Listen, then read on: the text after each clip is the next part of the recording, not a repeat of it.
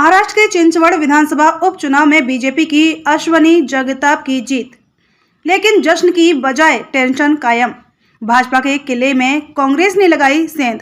28 साल बाद बीजेपी के जबड़े से छीनी जीत। महाराष्ट्र के 2 विधानसभा की सीटों पर हुए उपचुनाव में बीजेपी ने कस्बा का किला गंवा दिया है। चिंचवड़ में सत्ता कायम है, लेकिन यहाँ भी चिंता है बड़ी, क्योंकि दिख रही आगे बड़ी चुनौती। महाराष्ट्र की 2 विधानसभा सीटों के उपचुनाव का रिजल्ट आ गया। कस्बा की सीट पर कांग्रेस के रविंद्र धंगेकर ने बड़ी जीत हासिल की। बीजेपी का 28 साल पुराना किला ढह गया। महाविकास अघाड़ी की ओर से कांग्रेस उम्मीदवार रविंद्र धंगेकर ने 73,194 वोट लेकर 11,040 मतों के अंतर से बीजेपी के हेमंत रासने को हटाया। हेमंत रासने को 62,244 वोट मिले, लेकिन चिंचवड़ की सीट पर बीजेपी की अश्वनी जगताप को जीत हासिल हुई।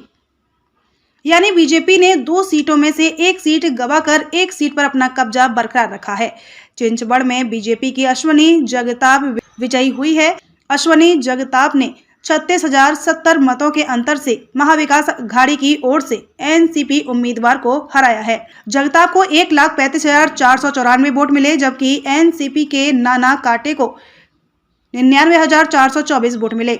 तीसरे नंबर पर शिवसेना से बगावत कर निर्दलीय उम्मीदवार के तौर पर खड़े हुए राहुल कलाटे रहे, जिन्हें वंचित बहुजन अघाड़ी का समर्थन प्राप्त था। उन्होंने 40,075 वोट हासिल किए। इस तरह अच्छे खासे वोट उन्होंने नाना काटे के काट दिए। राहुल कलाटे की वोटों की संख्या आने वाले वक्त में बीजेपी और मविया दोनों के लिए बड़े खतरे की घंटी है।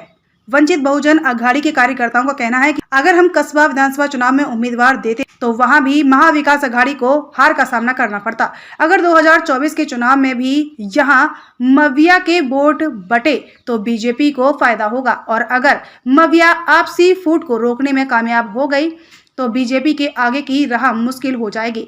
चिंचवड़ की सीट पर बीजेपी ने भले ही जीत हासिल कर ली है, लेकिन 2024 के लोकसभा और विधानसभा के चुनावों को ध्यान में रखा जाए तो यह जीत भी जश्न मनाने का मौका नहीं देने वाली है। अगर राहुल कलाटे को मिले वोटों की संख्या को एनसीपी के नाना काटे को मिले वोटों की संख्या से जोड़ दें तो एमवीए के कुल वोट बीजेपी के वोट से ज्यादा ठहरते हैं। संदेश साफ है कि आगामी चुनावों में अगर महाविकास अघाड़ी आपसी फूट को रोक पाने में कामयाब हो जाती है तो बीजेपी के लिए राह आसान नहीं होगी।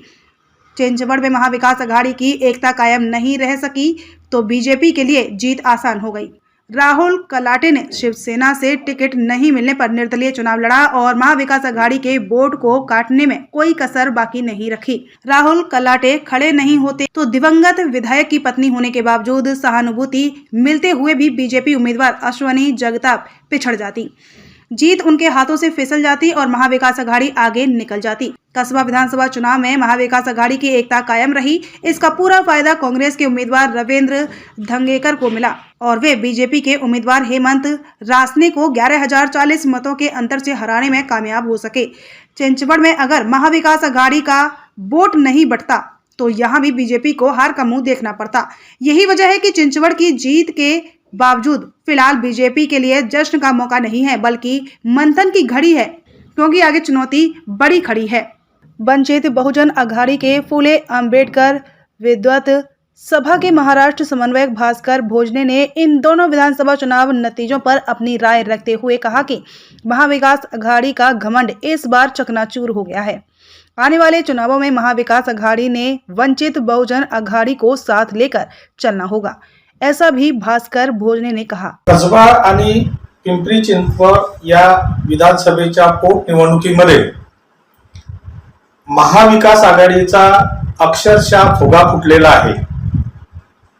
काँग्रेस आणि राष्ट्रवादी काँग्रेस या महाविकास आघाडीतील घटक पक्षांनी या पोटनिवडणुका लढताना वंचित बहुजन आघाडीकडे पाठिंबा मागितला नाही, परंतु वंचित बहुजन आघाडीचे राष्ट्रीय नेते ॲडव्होकेट बाळासाहेब आंबेडकर यांनी धोरणात्मक निर्णय घेतला आणि कसब्यामध्ये कुठलाही उमेदवार उभा न करता आपली वंचितची मतं ही काँग्रेसच्या उमेदवाराकडे ट्रान्सफर होऊ दिली, म्हणून कसब्यामध्ये महाविकास आघाडीचा उमेदवार विजयी झाला। परंतु पिंपरी चिंचवडमध्ये वंचित बहुजन आघाडीची मतं ही अपक्ष उमेदवाराकडे गेली, म्हणून तिथं महाविकास आघाडीला भाजपचा पराभव करणं शक्य झालं नाही। याचा सरळ अर्थ असा की जिथं भाजपला पराभूत करायचं आहे तिथं महाविकास आघाडीमध्ये वंचित बहुजन आघाडीची मतं ऍड केली तरच भाजपचा पराभव करणे शक्य होते, असा संकेत कसबा आणि पिंपरी चिंचवड या दोन पोटनिवडणुकातून जनतेने दिलेला आहे। हे महाविकास आघाडीतील सर्व घटक पक्षांनी लक्षात घ्यावे।